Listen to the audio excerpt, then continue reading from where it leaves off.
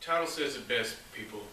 It's been 10 years I've been making AMVs, or Fanvids, whatever. 10 years. If you can believe that. Now, like anybody else, when I first started doing this is when we really started getting access, not just to the internet, but we really started getting a lot of this software coming about, for us to use, like Windows Movie Maker, ULED Video Studio, Vegas Studio, Sony Vegas, if you will, and various programs that it has, and so on and so forth. Just like, well, of course, Windows and ULED have their various stuff as well. There's other programs out there too.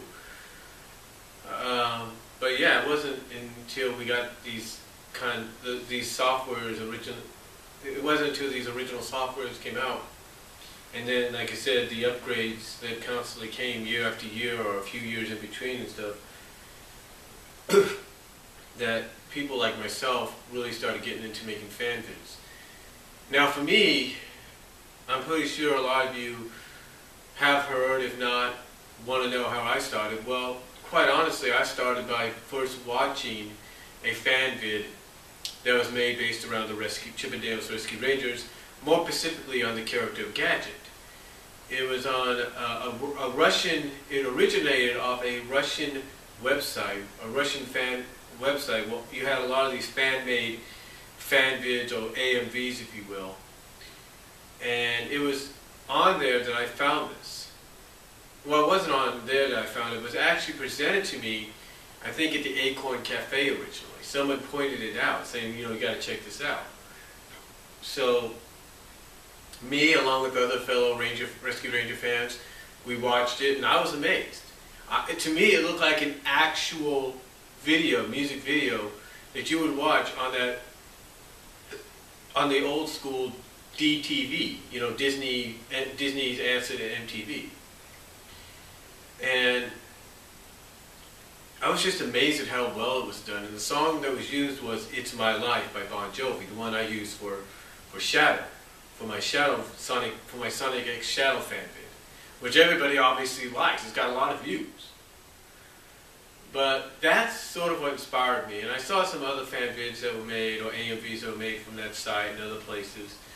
And I even saw some Sonic ones, I think, that were there, and like I said, other sites, like Sonic sites and all that, had them too. So, first seeing that, and then seeing, like I said, some of the Sonic ones and various other ones out there, I decided to try it out. I asked how they did it. Someone said they used Windows Movie Maker, and well, the rest was history. The first one I did, of course, was a Sonic one, and in fact, I actually have it here on my channel. You just got to type in my very first Sonic fan vid in the search box, and you'll find it.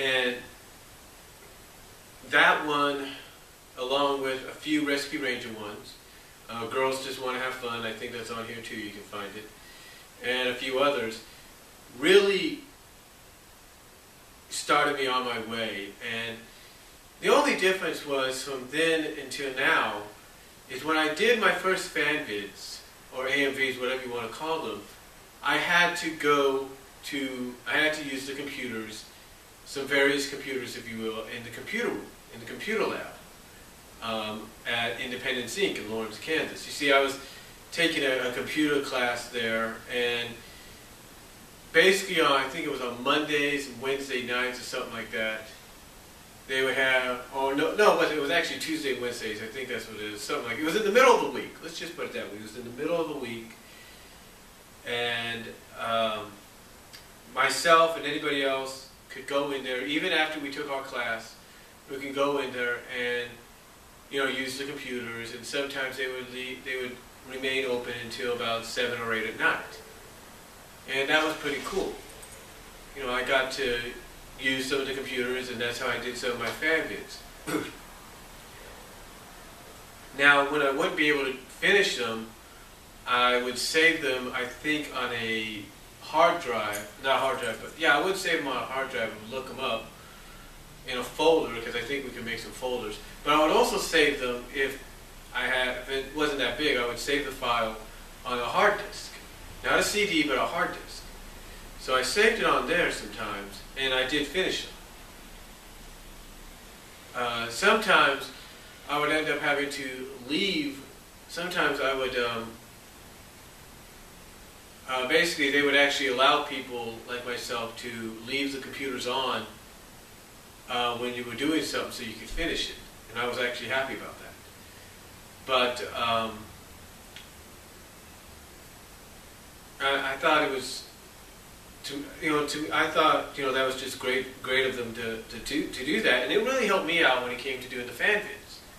Because I admit, when you first start out, you try your best, and sometimes it's not always good, but as time goes on and you study more and you watch more, you study and watch more of other people's Fanvids and AMVs, you kind of get the idea of what needs to be done. And as time went on and I discovered that there were other programs you can use, I started to slowly get better at what I was doing. And when I got my own computer, the one that you see in my room, I started really working on that. I had programs like ULED added into there. I used my Windows Movie Maker program, and I just went to town with that thing on Fanvids. I just went to town. Now, the problem was, though, when I first started doing Fanvids, is that unlike now, where you could share them, you can upload and share them on various sites like Dailymotion, Dailymotion, Blimp TV,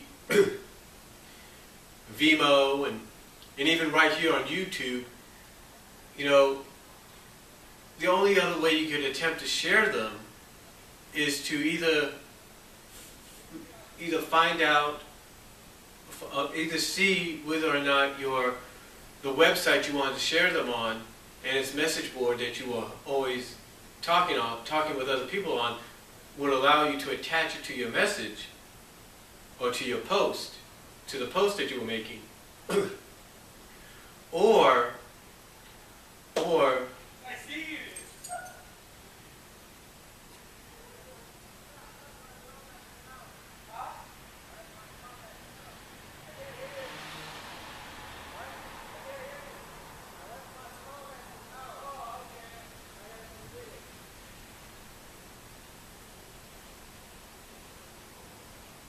I'm sorry about that, folks. But like I said,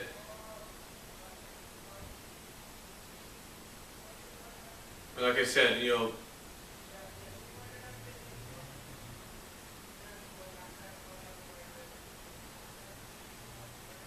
I'm sorry about that, folks. But like I said,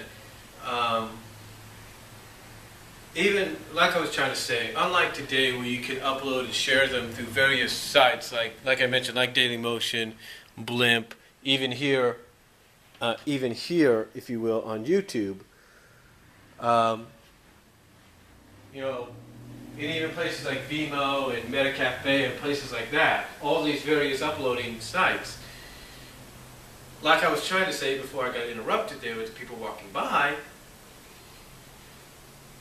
and don't you just hate that when people do that? The only other ways you could attempt to share the Fanvid or the AMV that you created with other people is either to make sure the message board that you were probably a member of had allowed you to had enough room that would allow you to attach and upload it along with your message or in your with your posted message, your posted message. Or do what is commonly known today, well, not today, but was commonly known back then as P2P.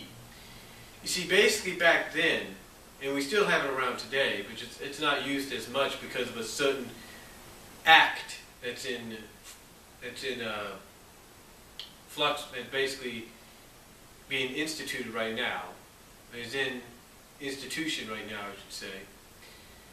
But back then, the only way you could do this, like I said, besides what I mentioned, is to use things like LimeWire or any other P2P.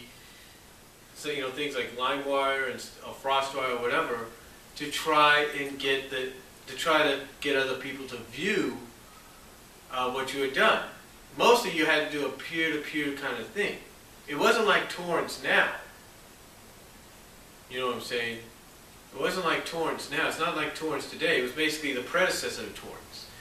And the only way you could do that, I think, was to either upload it somehow or basically upload the file on your computer or something. I don't know. It was kind of different than what it is today.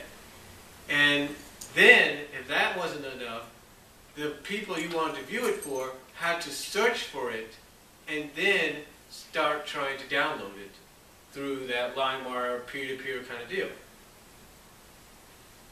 So, very hard back then to get people to view a FanVid. But nowadays, as time went on, as we all noticed, things have really changed. In fact, it was a year later that I started really getting better with my FanVids. In fact, it was a year later that I got the ULED, in 2004, I got the ULED program that I currently have today. And, well, it's an upgraded version, but I currently have.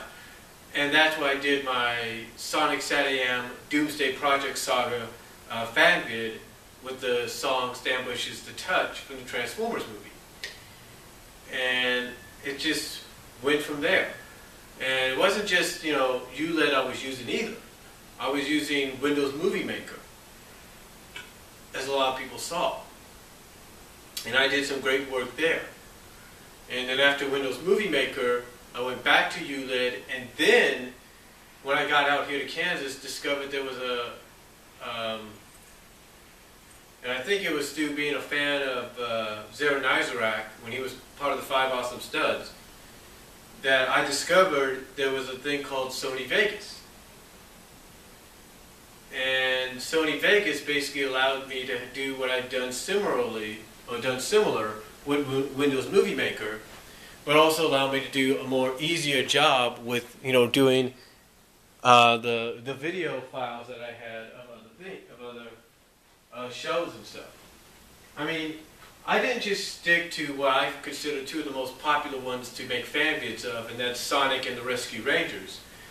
I went and expanded myself. I did Rescue Ranger comic vids, of Mice and Mayhem. I did one, I think I did a few, I gotta find them, on Other Mobius, on Other M, if you will, when that was first released as a webcomic. I did some based around the comic, like Broken, like the Broken CMV, or what FanVid you want to call it. When I first did that, and I first uploaded it onto YouTube a couple years ago, that got more views than I ever thought it would. Kind of like my Hook, Line, and Sinker video for Rescue Rangers, and like my It's My Life Shadow FanVid. It just was really, really something that,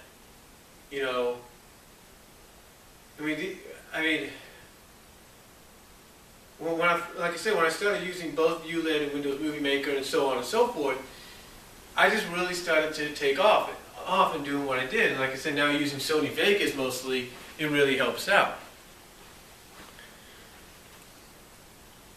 Because one of the things that I've noticed throughout the 10 years that I've been making, 10 years I've spent doing these at times when I can, is I've noticed that there's been an upgrade to the point that now when you create or want to finalize a vid that you make, you can actually decide whether you want to go 480p or go up to 1080 HD.